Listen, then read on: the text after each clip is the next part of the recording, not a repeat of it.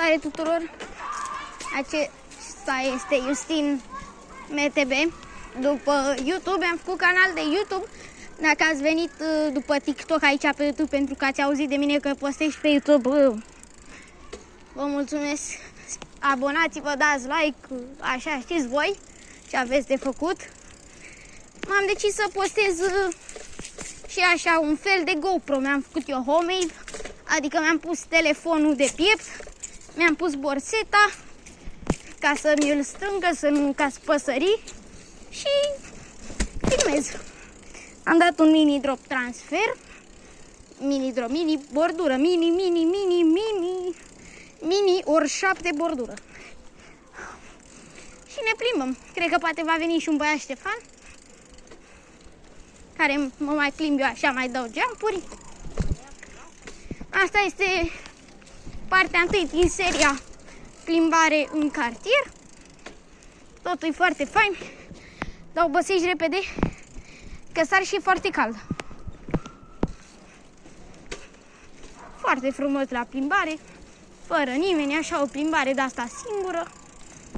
Chiar e foarte frumos, așa singur. Faci ce vrei, când vrei.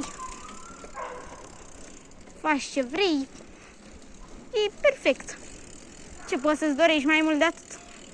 Haideți să-mi dăm și un mini jump. Opa! Am dat iarăși o mini ori 7 bordură. 6 vor numi bordurile astea mici.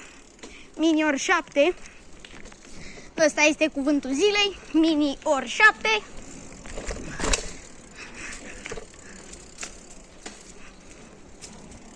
Sau cuvântul zilei să fie partea întâi. Așa să fie. Ăsta să fie cuvântul zilei. Deci,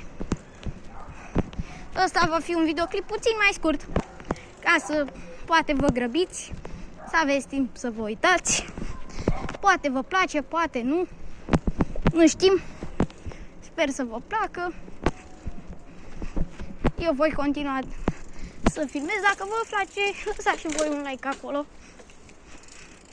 Că dacă lăsați un like, știu că pot să mai postez și vă place.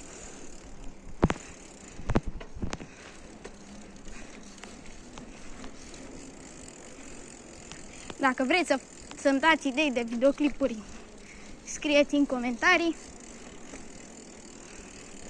S-ar putea să mai merg și prin 23 la Brava Park. Weekendul ăsta voi merge la Brava Park. Voi face videoclipuri de acolo. E totul frumos. N-ai ce spune. Totul foarte fain și foarte frumos. Afară așa, singur. La plimbare, doar așa voi fi eu singur la plimbare. Fără altcineva. Cel mai bine singur. Nu trebuie să faci planul pentru toată lumea. Să faci videoclipul cum vrei. Și ce pot să spun? E frumos. Frumoasă viața. Aici vorbesc atât de mult. Haideți să mai dăm mini ori 7 transferul ăsta. Am dat cam case la... Opa, era să mă duc pe spate, dar nu m-am dus, am avut noroc. Ce frumoasă e viața, chiar dacă uneori nu e. Haideți să ne urcăm. Cred că vom da un mini jump transfer, cum spuneți voi. Nu l-am dat deloc. L-am dat rău. Cred că vom da un drop mare. Vreau să dau toate așa, că sunt frunze și eu nu prea mă înțeleg bine pe la parcul 16 cu frunzele. Deci nu, într-o mic. Am dat perfect.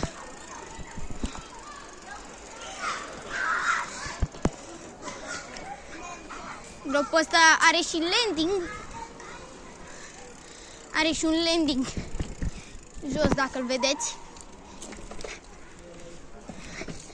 Putea să nu se vadă bița și pe jos atât de bine, pentru că camera este pe piept, nu pe cap.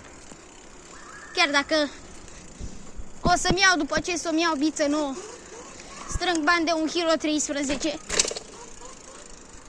Sper că este bun. Ia după EMAG la 900 de lei. Un GoPro cu suport de cască.